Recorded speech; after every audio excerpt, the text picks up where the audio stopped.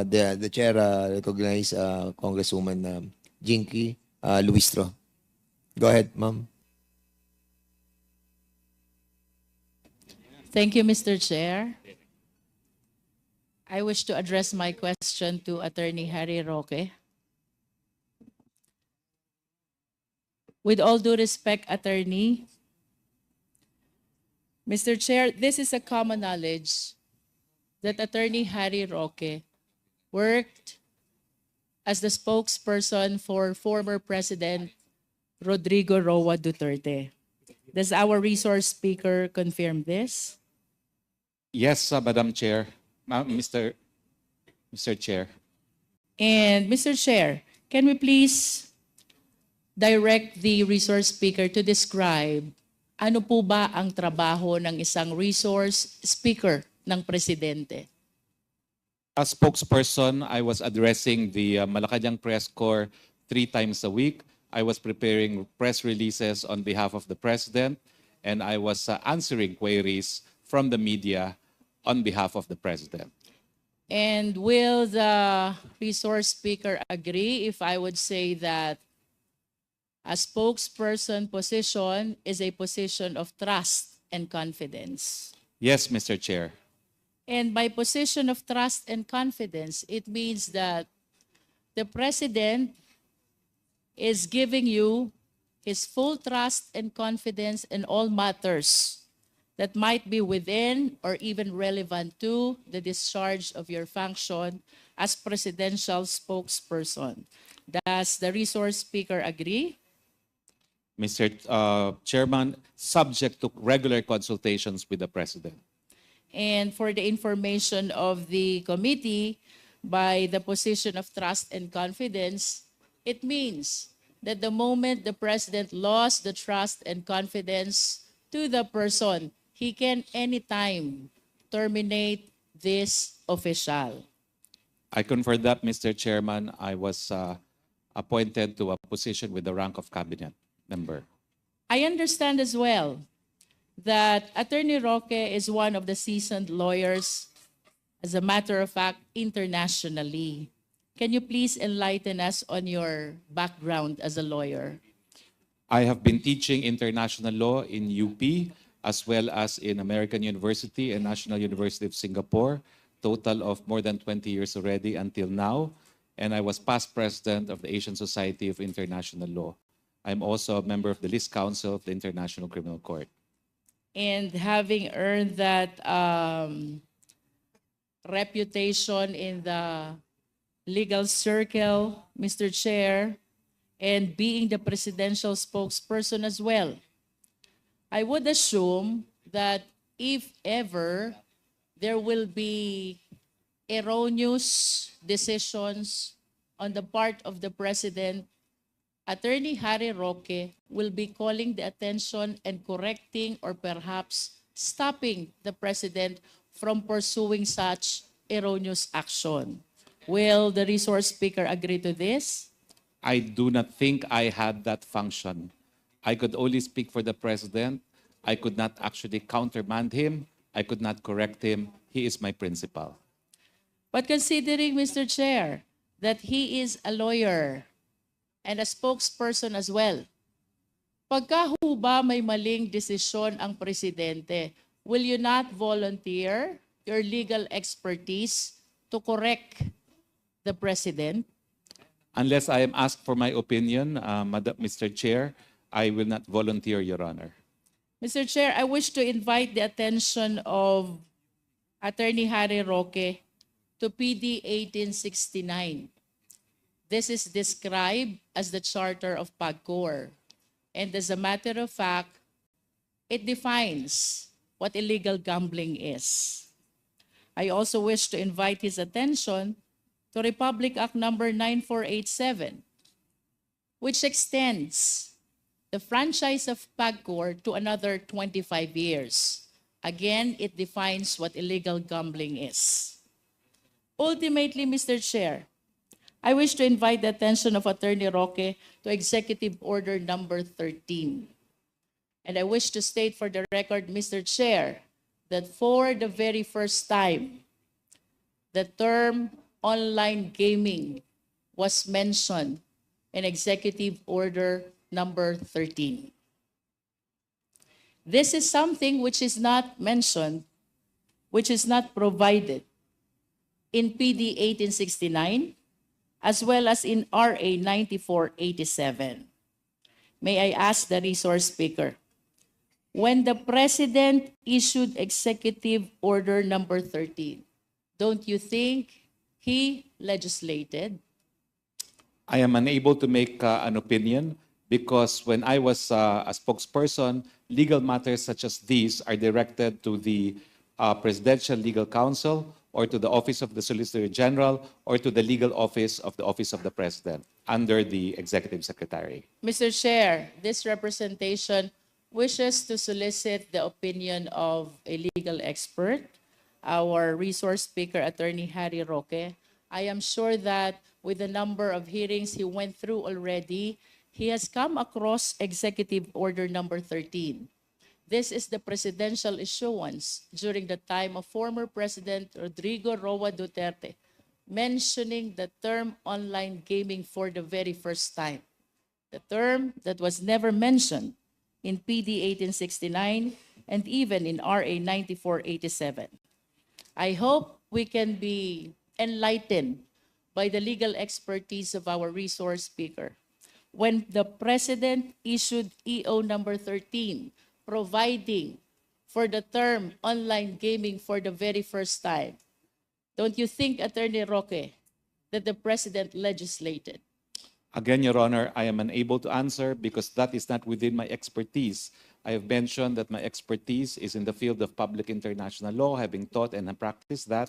And I am sorry because I'm not very familiar with Executive Order number 13. In fact, my only knowledge of Executive Order number 13 was in the last hearing when former Chair Domingo said that President Duterte regulated online gambling, no, through Executive Order number 13. But I am unable to give an opinion now, not being thoroughly familiar with the EO as well as the underpinnings behind the issuance of Executive Order number 13. I'm so sorry, Your Honor, it's not within my field of expertise.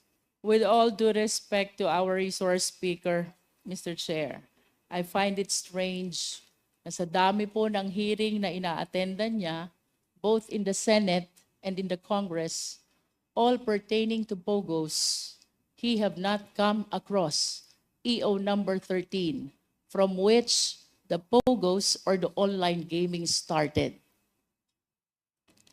But I'm sure for the next concern that I wish to raise, our resource speaker is very much familiar with, because this is fundamental in the study of law.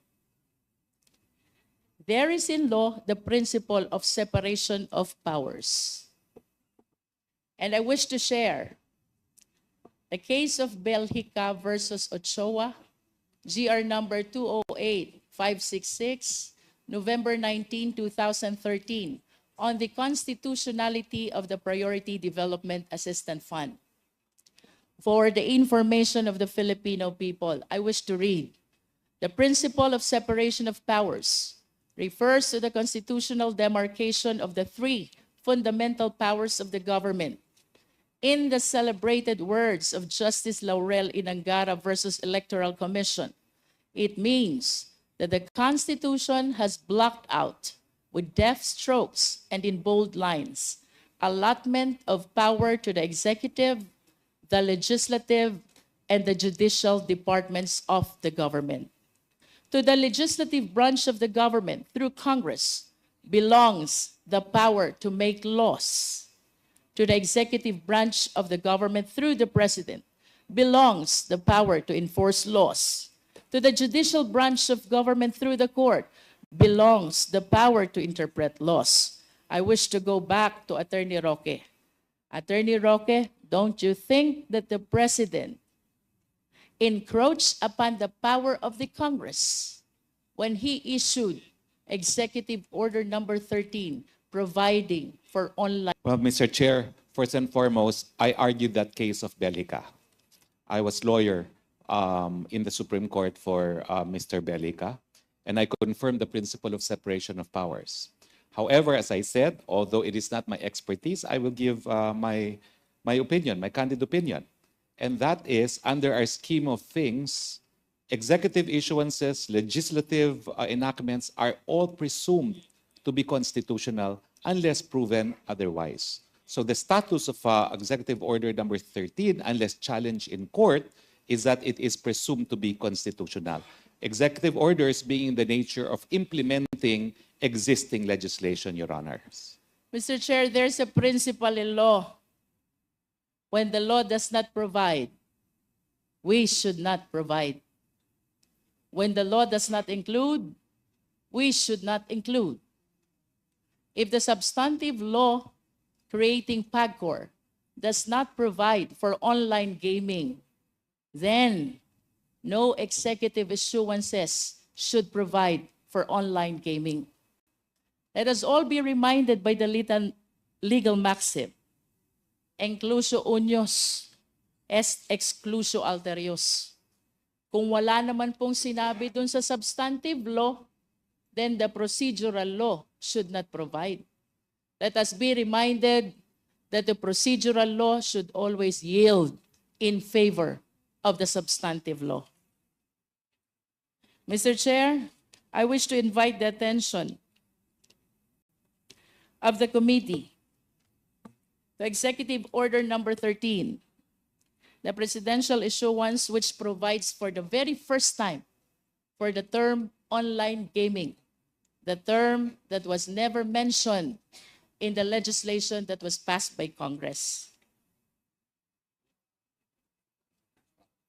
In the 8 whereas clause, it says, clarifying the extent of authority of gambling regulators, particularly with regards to online gaming. And then we have Section 3, clarification on online gambling, which technically defines what online gambling is. And then under Section 4, Mr. Chair, it emphasizes the oversight function of the Office of the President over all forms of gaming, and that includes online gaming. I humbly submit, Mr. Chair, that EO number 13 brings online gambling into life. And I do not understand, Mr. Chair, why this should circumvent the law that was passed by Congress, creating the PAGCOR and providing the authorities to regulate all the gaming and gambling activities. Once again, Mr. Chair, I wish to raise the reason why the principle of separation of powers is very important. The principle of separation of powers and its concepts of autonomy and independence stem from the notion that the powers of the government must be divided to avoid concentration of these powers in any one branch. The division, it is hoped, would avoid any single branch from lording its power over the other branches or the citizenry. To achieve this purpose, the divided power must be wielded by co-equal branches of government that are equally capable of independent action in exercising their respective mandates. Lack of independence would result in the inability of one branch of government to check the arbitrary or self-interest assertions of another or others. To wind up, Mr. Chair, I wish to state for the record that when the President issued Executive Order number 13, it is the humble submission of this representation. He legislated, he amended, he repealed the law, an act which violates the fundamental principle of separation of power. The executive should not encroach upon the power to legislate that belongs exclusively to the Congress. Thank you, Mr. Chair. Thank you so much, Congresswoman Jinky Luistro. So in other words, PAGCOR, ang daming online gaming. Hindi lamang POGO. Di ba? We have like I-bingo. Di ba? I-loto. Ano pa iba? Ha? Pigo. So, hindi, isabong, wala na isabong eh. So, in other words, lahat ng I. Di ba? So, Al. So, kasi ang daming I nito eh, di ba? But we are focusing only on the POGOs eh. Maybe you have to consider this eh. Kasi maraming, baka may mag-question eh. No? And I think we have to legislate. If we wanted really to make this as legal as possible and to follow the law because we are all abiding citizen, so we need some amendments on the existing law para to strengthen yung ating operation. Because if you follow the narrative of Congressman Luistro, it all follows that all those E are all illegal. Am I correct? Chairman, I'll thank you. Sige, Chairman. Well, as has been explained in previous hearings, the real basis of PAGCOR is the said EO that was issued then by former President Duterte. So I suppose unless it is questioned, it is unless it is brought to court or questioned by whoever, then it will remain to be the law that regulates the entire online gaming industry. I believe that also PAGCOR is here to regulate. And for the information of everybody, prior to my assumption to office, truly what was seen is there is really a birth of a new kind of gaming. Originally, it was just land-based casinos, but at the outset when the pandemic came, then the birth of e-gaming really prospered. And very clear from the data that we have now, Chairman, the trajectory of e-gaming is just already too high. No? And if we will not regulate it, then this all goes to the gray market. But with proper regulation, and that is what PAGCOR's leadership is doing now, we're able to regulate all these underground or gray market players, and in turn, we are able to collect revenue, which we give back not only to the government, but to our countrymen, the Filipino people. Okay. Thank you, Mr. Chairman Chair. Altenco. Mr. Chair, may I interject in relation to your question? If Congressman Chairman Ace Barbers will allow it, we will allow you to May I, interject. Chairman Okay daw. Barber? Go ahead. Executive Order number 13 is an order of the former president against all illegal gambling, di ba? With this, makikita natin dito that those that are giving licenses to gambling are actually protected in this executive order. For example, PAGCOR is not the only one given the right to give licenses. But even Republic Act number 7922 creating the Cagayan Economic Zone Authority can manage gambling actually. Republic Act 9490, tayo rin ang gumawa nito. Created the Aurora Pacific Economic Zone and People Authority also can manage online gambling. Republic Act number 9728, created the authority of the Freeport area of Bataan. can also manage and operate online gambling. Therefore, Mr. Chair, it is not only PAGCOR, and I believe that PAGCOR should not only be the one invited here, but even those that are officers of the Cagayan Economic Zone, Aurora Pacific Economic Zone, and Freeport area of Bataan should be invited to shed light on gambling. Particularly, they also know what illegal gambling means. Mr. Chair, yun lang po. Mr. Chair, can I make an interjection? Okay, okay, go ahead.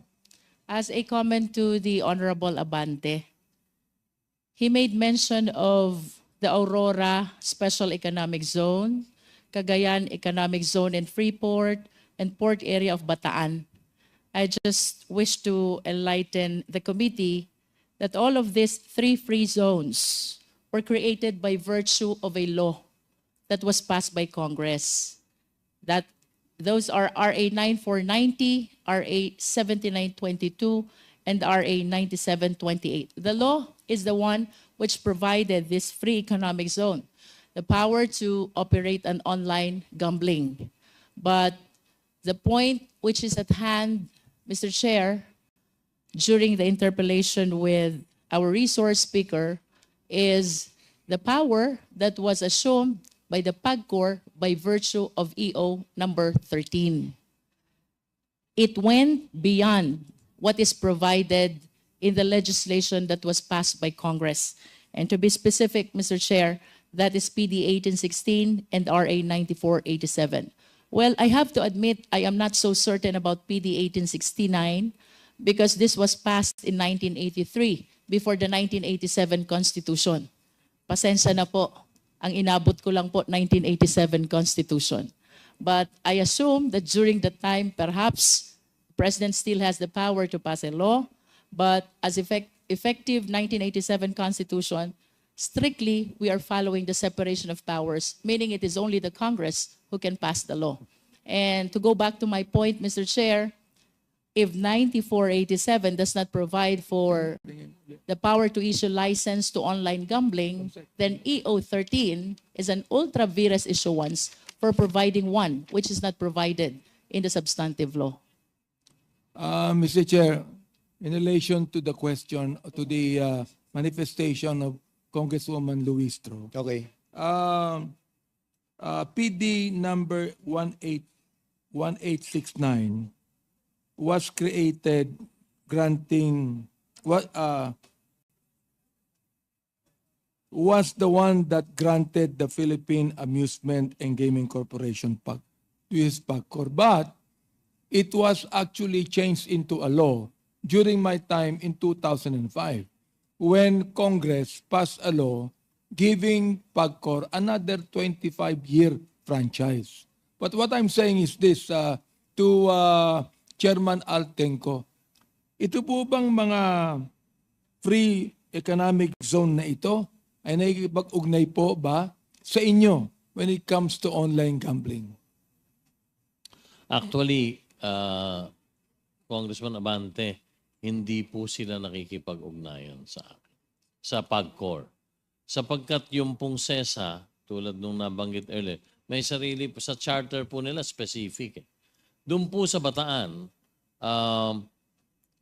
paliwanag po doon na hindi sila pwedeng mag-issue doon sa charter po ng Bataan. Very specific po doon. Hindi po sila pwedeng mag-issue ng gaming license without the consent or approval of PAGCOR. Pero doon po sa SESA at saka doon po sa APECO, wala pong ganung provision.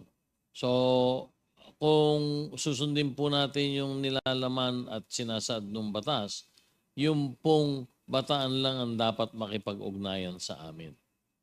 Yung pong SESA, hindi po dapat makipag-ugnayan sa amin. Yung pong APECO, hindi po dapat makipag-ugnayan sa amin.